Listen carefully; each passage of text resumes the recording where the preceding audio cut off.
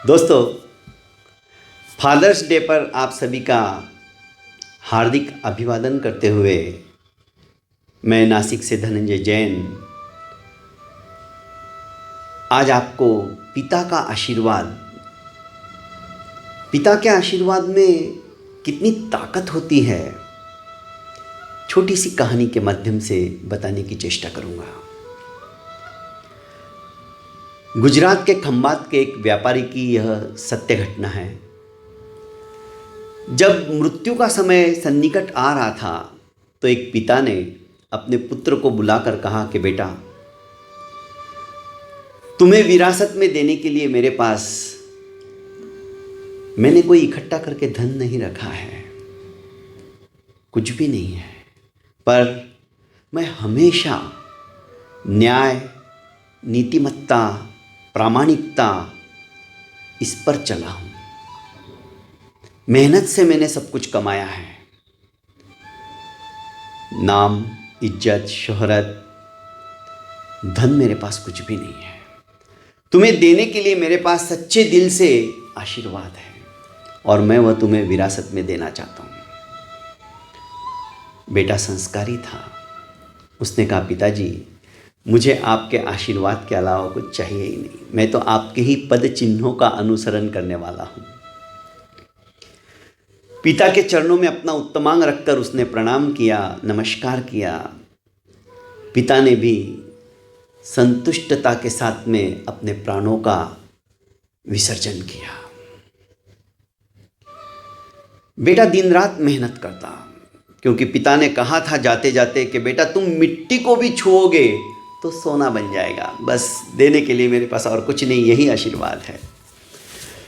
दोस्तों, धीरे धीरे ठेला गाड़ी से इस बेटे ने अपना काम शुरू किया और देखते ही देखते ये नगर के बड़े बड़े व्यापारियों के अंदर इसकी गणना होने लगी। सभी के सामने खुले दिल से ये कहता कि मेरे ऊपर तो मात्र मेरे पिता का आशीर्वाद है। उन्हीं के आशीर्वाद के बदौलत आज मैं यहाँ पर हूँ, वरना मेरी औकात ही क्या। सच्चे दिल से जो माँ बाप की सेवा करता है, उनका आशीर्वाद कुबेर के भंडार से भी ज़्यादा होता है। दोस्तों, चंद वर्षों के अंदर ही यह लड़का बड़े बड़े व्यापारियों की गिनती में आने लग गया। लोग उसे पिता का आशीर्वाद ही कहने लगे। उसका नाम ही पिता का आशीर्वाद कर दिया। उसे भी कोई संकोच नहीं था, कोई शर्म नहीं थी, क्योंकि पितृभक्त था। एक दिन उसने अपने दोस्त से कहा कि मित्र, मुझे पिता के आशीर्वाद को आजमाना है, ऐसा कोई रास्ता बता। आज तक मैंने सचमुच में उन्होंने जो कहा था कि मिट्टी को छुएगा तो सोना बन जाएगा, और वही हुआ, बहुत कमाया। पर अब मैं चाहता हूं कि मेरा नुकसान हो, व्यापार में मेरा ह्रास हो, हानि हो। तू कुछ बता। उसके मित्र ने सोचा कि इसे घमंड हो गया है, बहुत पैसा कमा लिया, इसका घमंड उतारना ही पड़ेगा। उसने कहा, एक काम करो, तुम भारत से लौंग खरीदो और इस लौंग को अफ्रीका में जंजीबार में जाकर बेचो, तुम्हारा लॉस ही लॉस होगा। क्योंकि अफ्रीका में ही तो लौंग होती है और वहाँ से यहाँ पर इंडिया में जब आती है तो 10 गुना 20 गुना ज़्यादा उसका रेट रहता है। तो भला यहाँ से खरीद के वहाँ बेचेगा तो 100% तो लॉस होना ही है। पिता के आशीर्वाद वाले उस पुत्र ने जहाज पूरा लौंग खरीद कर भर लिया और अफ्रीका पहुँच गए। जंजीबार के किनारे पर जब उनका जहाज रुका तो टहलकदमी के लिए यह उस रेगिस्तान जैसे रेतीले टीलों को पार करते हुए ऐसा ही घूम रहा था। देखा एक सुल्तान सा नजर आया, उसके साथ कम से कम 70-80 सैनिक भी थे। पहनाव, रहन सहन से सुल्तानी लग रहे थे। नज़दीक आया, प्रणाम किया। सुल्तान ने पूछा, भाई परदेसी हो क्या? उसने कहा, हाँ, मैं हिंदुस्तान से आया हूँ, एक व्यापारी हूँ। व्यापारी है और हमारे यहाँ पर आया है व्यापार के सिलसिले में। सुल्तान ने भी उसका स्वागत किया। बातचीत के दौरान उसका ध्यान उन सैनिकों के तरफ गया तो उसने कहा कि सुल्तान, गुस्ताखी माफ़ हो, आपके सैनिकों के हाथों में तलवार वगैरह नहीं होकर सबके हाथ में छलनी क्यों है? और ये क्या कर रहे, क्या ढूंढ रहे? सुल्तान ने कहा कि मित्र, आज सवेरे मैं घूमने के लिए समुद्र किनारे आया था तो एक अंगूठी मेरी यहीं कहीं गिरी हुई है जो मिल नहीं रही है। तो मैंने कहा कि तुम लोग आओ और ढूंढो उसे, क्योंकि वह अंगूठी मेरी बहुत प्रिय है। व्यापारी ने कहा कि क्या बहुत महंगी थी? उसने कहा, नहीं, इससे भी कई गुना महंगी अंगूठियाँ मेरे पास है, पर यह अंगूठी मेरे लिए बहुत खास है, क्योंकि मुझे एक फ़कीर के आशीर्वाद से यह अंगूठी मिली है।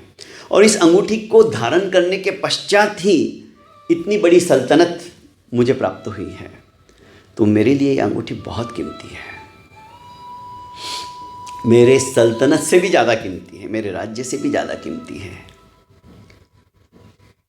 तुम यहाँ पर किस सिलसिले में आए हो?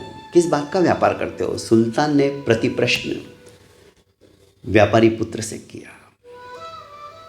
व्यापारी ने कहा कि हुजूर, मैं यहाँ पर लौंग के व्यापार के लिए आया हूँ। मैं इंडिया से लौंग लाया हूँ और उसे बेचना है। सुल्तान जोरों से हंसने लगे और कहने लगे, तुम्हारा कोई दुश्मन होगा जो उसने तुम्हें यह सलाह दी। अरे तो लौंग का ही देश है, यहाँ पे 1 रुपए के अंदर तुम्हें थैला भर के लौंग मिल जाएगी। यहाँ पे तुम्हारी लौंग कौन खरीदेगा? नहीं, मुझे मेरे पिता के आशीर्वाद पे विश्वास है और आज मैं वही देखने को आया हूँ। सुल्तान हंसते रहे, बोला, तुम्हारा सचमुच में कोई बहुत बड़ा दुश्मन है जिसने तुम्हें यह सलाह दी है। पिता के आशीर्वाद वाले उस श्रेष्ठी पुत्र ने कहा, व्यापारी ने कहा कि हुजूर, आज तक मैं जो भी काम करते आया हूँ, सचमुच में उसमें मुझे आशातीत सफलता मिली है। मैंने मिट्टी को भी हाथ में लिया है तो वो भी सोना बन जाता है। और ऐसे ही उन्होंने नीचे से मिट्टी उठा के हाथ खोला तो सुल्तान की और उस व्यापारी की आंखें फटी की फटी रह गई, रेती नीचे गिर गई और वही हीरे की अंगूठी सुल्तान की उस व्यापारी के हाथ में देखी। सुल्तान आश्चर्यचकित हो गए। उन्होंने कहा, सचमुच में तुम्हारे पिता का आशीर्वाद मिट्टी को भी सोना बनाने वाला है। नहीं हुजूर, आपके ऊपर भी उस परम पिता परमेश्वर का आशीर्वाद है। जिस फकीर ने आपको यह अंगूठी दी थी, यह अंगूठी सचमुच में उस परम पिता परमेश्वर ने मेरे निमित्त के द्वारा आपको वापस लौटाने का मौका दिया। सुल्तान बहुत खुश हुआ। उसने कहा कि हे व्यापारी, आज मैं बहुत खुश हूँ, बहुत प्रसन्न हूँ। हम करीब 3 घंटे से इस अंगूठी को ढूंढ रहे थे, पर तुमने जैसे ही मिट्टी में हाथ डाला और अंगूठी मिल गई। तुम्हारी सारी लौंग मुंह मांगी कीमत के अंदर मैं आज लूँगा। तुमने किस भाव से इसको खरीदी थी? उसने बता दिया, इस रेट से मैं लेके आया था और मैं हानि के लिए ही आया था, मेरा नुकसान हो यही सोच के आया था। पर सचमुच में मेरे पिता का आशीर्वाद अपरंपार है, उनकी महिमा वो कभी भी व्यर्थ नहीं जा सकता है, इतना जबरदस्त है।